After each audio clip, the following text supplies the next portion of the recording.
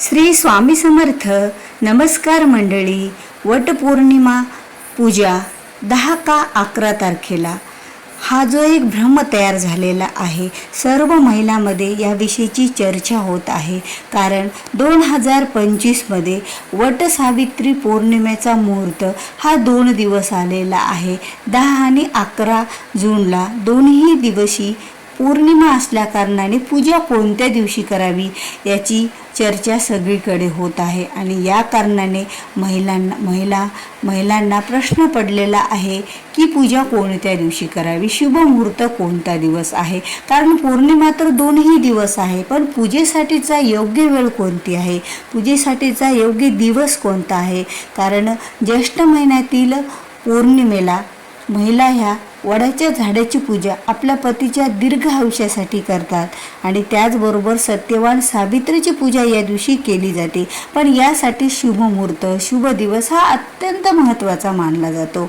मग महिलांना प्रश्न जो पडलेला आहे तो खरंच साहजिकच आहे. मग या प्रश्नाचं पूर्ण उत्तर तुम्हाला या व्हिडिओच्या माध्यमातून मिळणार आहे. त्यामुळे व्हिडिओ हा स्किप न करता शेवटपर्यंत पहा आणि व्हिडिओला एक लाईक द्या. कारण एक लाईक ही तुम्हाला व्हिडिओ संपूर्ण पाहायला मिळेल. आणि चॅनलवर जर नवीन असाल तर चॅनलला सबस्क्राईब नक्कीच करा.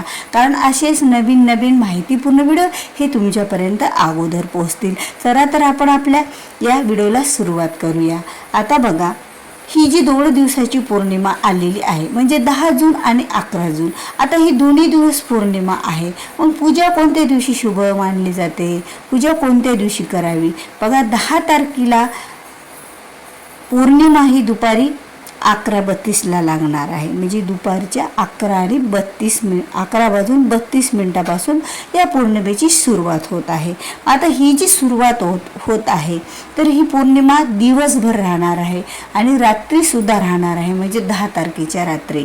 आणि दुसऱ्या दिवशी 11 तारखेला ती दुपारी 1:30 वाजेपर्यंत ही पौर्णिमा राहणार आहे. आता पौर्णिमा दोन्ही दिवस आलेली आहे. कारण 10 तारखेला 11:32 मिनिटापासून सुरुवात झालेली आहे, तरीही 11 तारखेला ही पूजा 1:30 वाजेपर्यंत आहे. आता पूजेसाठीचा शुभ मुहूर्त कोणता असेल.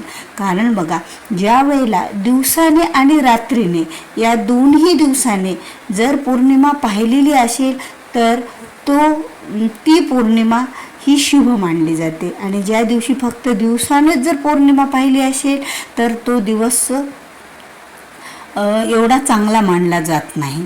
तर ज्योतिषशास्त्रानुसार आपल्याला ही जी वटसावित्रीची पौर्णिमेची पूजा आहे ती कोणत्या दिवशी करायची आहे. बघा, मग आता आपल्याला एक प्रश्न पडलेला असेल तर 11 तारखेला सुद्धा दिवस आणि रात्रीच होणार आहे. कारण 12 वाजल्याच्या नंतर रात्र सुरू होती. तर 11 तारखेला हा दिवसही आला आहे. आणि 10 तारखेला सुद्धा 11:30ला पौर्णिमा सुरुवात होत आहे.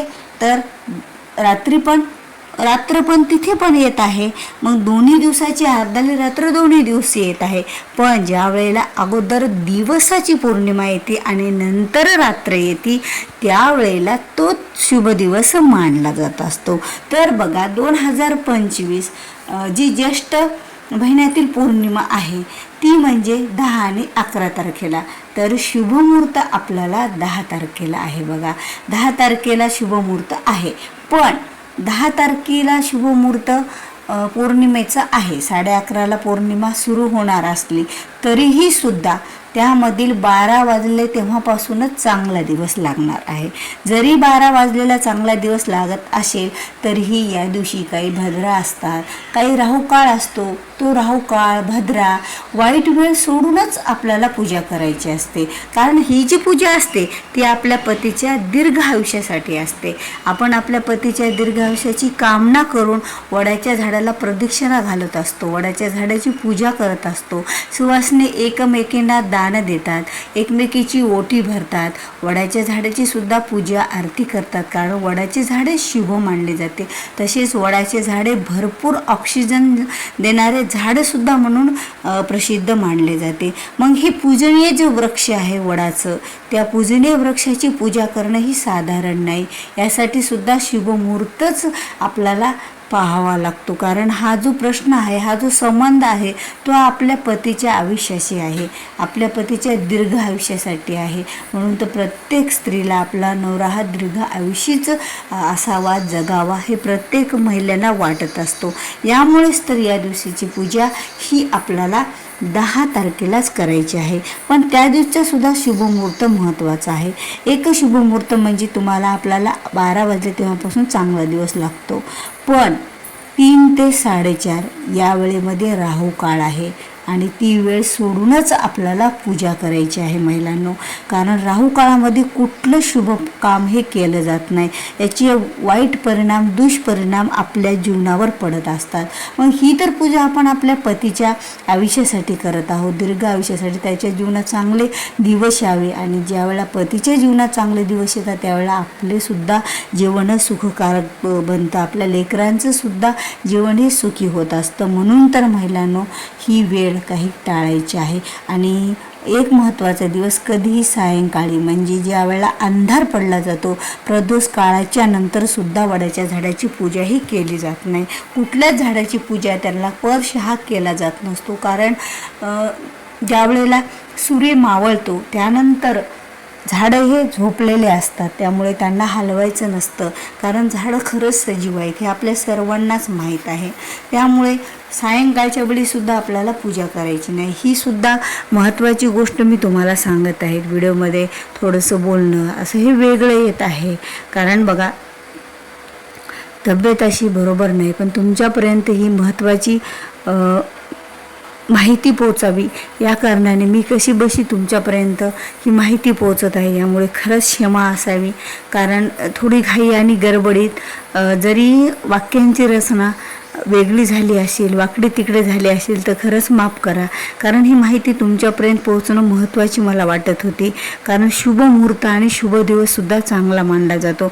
11 तारखेला जरी पौर्णिमा असेल तरी ह्या दिवशी अगोदर रात्रीने पौर्णिमा पाहिली आहे, म्हणजे 12च्या नंतर जी 11 तारखेची रात्र लागते, नंतर दिवसाने पौर्णिमा पाहिलेली असल्या कारणाने या दिवशी पूजा ही केली जात नाही. म्हणून अगोदर दिवसाने पाहिलेली पौर्णिमा आणि नंतर रात्रीने पाहिलेली त्या दिवशी पौर्णिमा येत असते, त्या दिवशी पूजेसाठी हा शुभ मानला जातो. आणि जो कोणी सत्यनारायण करणार आहे त्यांनी सुद्धा 10 तारखेला सत्यनारायण सायंकाळी म्हणजे आपण प्रदोष काळात करायचा असतो. बरेच जण प्रदोष काळात दर पौर्णिमेला सत्यनारायण करत असतात, त्यांच्यासाठी सुद्धा त्यांनी 10 तारखेलाच सत्यनारायण करायचं आहे, याची सुद्धा काळजी घ्यायची आहे. आणि महिलांनो आपण ही एक गोष्ट महत्त्वाची घ्याय की ज्या वेळेला आपण 5 महिलांना ज्या वेळेला पूजा झाल्याच्या नंतर 5 महिलांना तुम्ही ओटी भरता त्यावेळेला आंब्याचं फळ देणं खूप शुभ मानलं जातं, कारण या फळाचा मानच आहे, हा फळांचा राजा असल्या कारणाने आणि हा दिवस खूप अत्यंत महत्त्वाचा असल्या कारणाने सुवासिनीला ओटीमध्ये एकमेकींना 5 का सुवासिनींना होईना तुम्ही आंब्याच्या आणि गव्हाच्या साहाय्याने ही ओटी भरायची असते. आणि तशीच वडाच्या झाडाला सावित्रीची सुद्धा ओटी ही एक ब्लाऊज पीस, त्यामध्ये गहू, आपलं ड्रायफ्रूट ओटीचं सामान आणि त्याचसोबत आपलं एक आंबा, आणि त्या आंब्याला आपण दोरा गुंडाळलेला 5 किंवा 2 दोरा गुंडाळलेले येडे असलेला दोरा आपण ओटीमध्ये सावित्रीच्या घालायचा असतो. ही एक काळजी महिलांनो घ्यायचं आहेत. आणि खरंच तुम्ही या चुका टाळा आणि माझ्या चॅनलवर जाऊन पहा, तुम्ही वटसावित्रीची पूजा कशी करावी हा संपूर्ण व्हिडिओ, पूजा केल्याच्या नंतर पतीचं औक्षण कसं करावं ह्या सर्व गोष्टीचे व्हिडिओ माझ्या चॅनलवर आहेत. तुम्ही नक्कीच या चॅनलला भेट द्या, म्हणजे तुम्हाला त्याची पूर्ण माहिती मिळेल. आणि व्हिडिओमध्ये थोडंसं जी वाक्याची रचना थोडी वेगळी आलेली आहे त्याबद्दल क्षमा करा. आणि जर तुम्हाला खरंच माझा व्हिडिओ आणि व्हिडिओमधील माहिती आवडली असेल तर एक लाईक करा, आणि चॅनलवर नवीन असाल तर सबस्क्राईब करा. तुमच्या जवळपासच्या सर्व महिलांना हा व्हिडिओ शेअर करा, जेणेकरून त्यांनासुद्धा याची माहिती मिळेल की शुभमुहूर्त कोण्या दिवशी आहे याची माहिती मिळणार आहे. तर भेटूया पुन्हा अशाच एका नवीन माहितीपूर्ण व्हिडिओसोबत. तोपर्यंत श्री स्वामी समर्थ.